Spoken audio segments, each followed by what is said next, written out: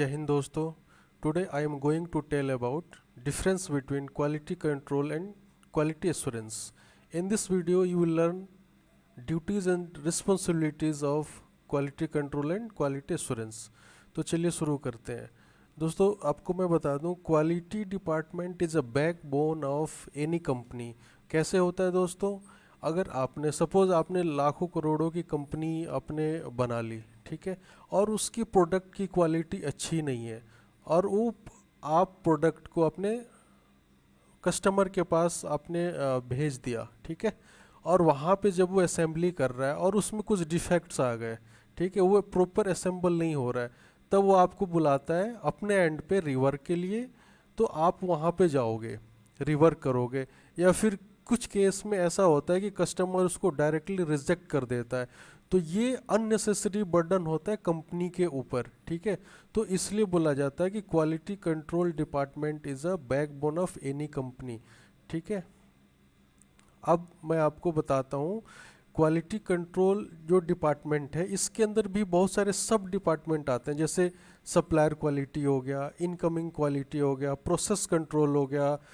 अगर कोई part production में जा रहा है तो उसका फर्स्ट पार्ट अप्रूवल होता है. तो ये सारे जो डिपार्टमेंट क्वालिटी कंट्रोल के अंडर में आते हैं, और हर एक डिपार्टमेंट का एक अलग अलग रोल्स, ड्यूटीज़ एंड रिस्पॉन्सिबिलिटीज़ होती है.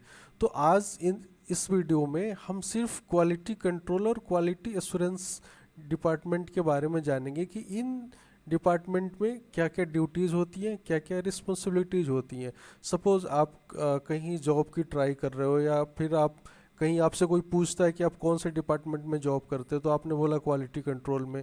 तो आपसे कोई सामने वाला पूछता है कि क्वालिटी कंट्रोल में आप क्या करते हो, तो या फिर क्या क्या काम होता है वहाँ पे. तो ये सारे जो चीज़ें हैं वो इस वीडियो में मैं आपको बताऊंगा.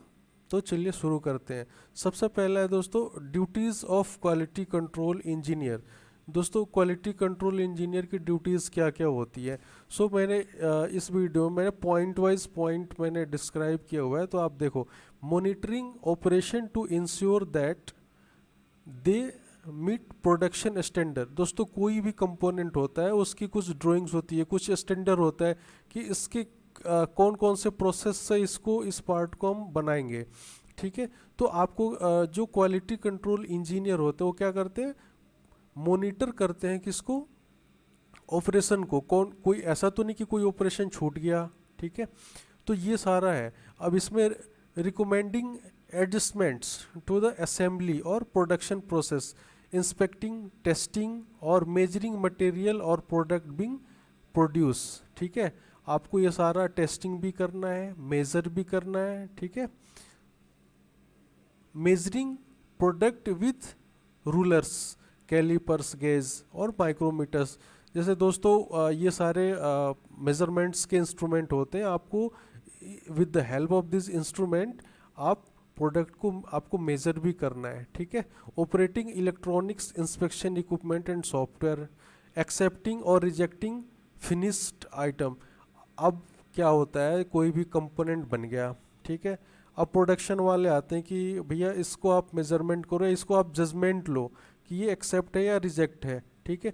तो उस केस में ये आपको डिसाइड करना है कि ये प्रोडक्ट एज पर स्टैंडर्ड बना है कि नहीं. अगर नहीं बना है देन आपको रिजेक्ट करना ही पड़ेगा. अगर आप रिजेक्ट नहीं करते हो तो यही सारे पार्ट कस्टमर एंड पे जाके वहाँ पे रिजेक्ट होते हैं. तो ये अननेसेसरी कंपनी के ऊपर एक बर्डन होता है, ठीक है. Removing all product and material that fail to meet specification, ठीक है. Reporting inspection and testing data such as weight, temperature, grades, moisture content and quantities, ठीक है. इसमें क्या होता है दोस्तों कि अगर कोई कंपोनेंट बन गया, सपोज वो स्टील का है, ठीक है, अगर आपने उसमें कुछ उसके ऊपर ऐसा एंटी रस्ट ऑयल नहीं लगाया तो वो उसमें क्या होगा, फिर उसमें रस्ट हो जाएगा. तो ये भी एक कारण है रिजेक्शन का. आप वो देखो इसमें कोई मॉइस्चर तो नहीं है, ठीक है. इसकी टेम्परेचर क्या है, इसके ग्रेड्स क्या है. आपको हर एक चीज़, जैसे स्टील के बहुत सारे ग्रेड्स होते हैं, तो आपको हर एक चीज़ आपको मेजरमेंट करना होगा, ठीक है. रीडिंग ब्लूप्रिंट एंड स्पेसिफिकेशन, आपको जो भी कंपोनेंट है उसकी स्पेसिफिकेशन आपको पढ़ना पड़ेगा। तो ये सारा जो ड्यूटीज़ है वो किसका होता है, क्वालिटी कंट्रोल इंजीनियर का होता है। ठीक है, अब आते हैं भैया, क्वालिटी कंट्रोल इंस्पेक्टर शुड है, क्या क्या उनके पास होना चाहिए, experience with quality management system QMS। ठीक है, इस पे मैं डिटेल वीडियोस बनाऊंगा अभी, तो आपको बताऊंगा QMS में और क्या क्या चीज़ें होती हैं। तो दोस्तों जो क्वालिटी मैनेजमेंट की बहुत सारे डॉक्यूमेंटेशन होते हैं, आपको पता होना चाहिए। An eye for detail to catch defect, आपको डिफेक्ट पता करना ही पड़ेगा। ठीक है, अगर आप प्रोडक्ट में कोई डिफेक्ट है और आपने डिफेक्ट को देखा नहीं और वो कस्टमर एंड पे जाता है, सो ये बहुत बड़ा प्रॉब्लम होता है। Math skill, data reporting, measuring, calibrating and calculating specification, आपको मैथ स्किल में ये सब कुछ आना चाहिए। Data reporting, measuring, calibrating and calculating specification are just some of many skills you should possess. मतलब आपको जैसे मैथ स्किल में क्या है, जैसे सपोज वर्नियर है तो आपको बोला इसका लिस्ट काउंट क्या है, तो आपको पता होना चाहिए। कोई और भी मशीन है तो उसकी एक्यूरेसी क्या होती है। ठीक है, तो आपको पता होना चाहिए। डेटा रिपोर्टिंग, मेजरिंग, ये आपको पता होना चाहिए कि कैसे मेजरमेंट कर रहे हैं, कैसे कैलकुलेट करेंगे। Physical strength and stamina as the job require time on the feet, भैया इसमें क्या होता है, समटाइम आपको खड़े होकर काम करना है, तो ये फिजिकल स्ट्रेंथ आपको बिल्कुल मजबूत होना चाहिए। मतलब आप उस ability to read blueprints, technical document and manuals, भैया आपको ये आना चाहिए कि जो ड्राइंग कह रही है वो क्या क्या कह रही है। जो ड्राइंग रीडिंग स्किल, इस पर मैं एक डिटेल वीडियो बनाऊंगा, हाउ टू रीड ड्राइंग्स। ठीक है, तो टेक्निकल डॉक्यूमेंट्स, उसमें कुछ सिम्बॉल्स होते हैं, सिम्बॉल्स की मीनिंग क्या है। ठीक है, तो ये सब कुछ आपको पता होना चाहिए। A desire to achieve the best and ensure top quality product, भैया आपको ये इंश्योर करना है कि आपका जो प्रोडक्ट है वो बिल्कुल टॉप क्वालिटी है, आपके सारे क्वालिटी नॉर्म्स को क्वालिफाई कर रहा है। ठीक है, अब आते हैं सेकंड है अपना क्वालिटी एश्योरेंस। ठीक है, duties of quality assurance engineer. तो यहाँ पे मैंने दोस्तों लिखा है QA engineers are responsible for identifying technical issue and getting to the root of problem too. ठीक है दोस्तों, अब क्या होता है जब क्वालिटी इंजीनियर कोई प्रॉब्लम को फेस कर रहा है कंपनी में, सो क्वालिटी एश्योरेंस इंजीनियर क्या करता है कि उसकी रूट कॉज को ढूंढ के उस प्रॉब्लम को सॉर्ट आउट करता है।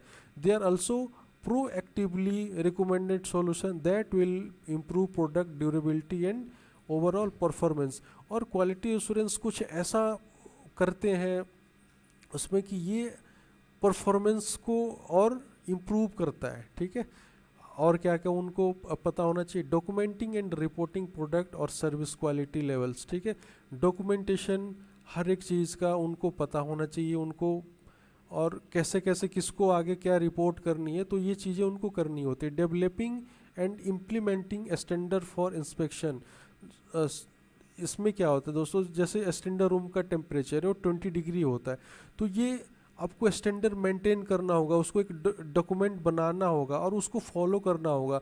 सपोज आप कोई इंस्ट्रूमेंट यूज़ करो तो उसकी कैलिब्रेशन की डेट क्या है, कितनी फ्रीक्वेंसीज में होनी है, तो ये सब कुछ डिसाइड करते हैं क्वालिटी एश्योरेंस इंजीनियर। ठीक है, developing plan to help company manage waste, इसमें क्या होता है दोस्तों कि अगर सब कुछ उनको क्या होता है कि सब कुछ प्रॉपर मैनेज करके चलते हैं, सो इससे क्या होता है कि प्रोडक्शन में कोई आपको डिफेक्ट्स नहीं आते हैं, सब कुछ स्मूथ चलता है, तो इससे कंपनी की प्रॉफिट बढ़ती है। ठीक है, communicating with other team member to solve problem.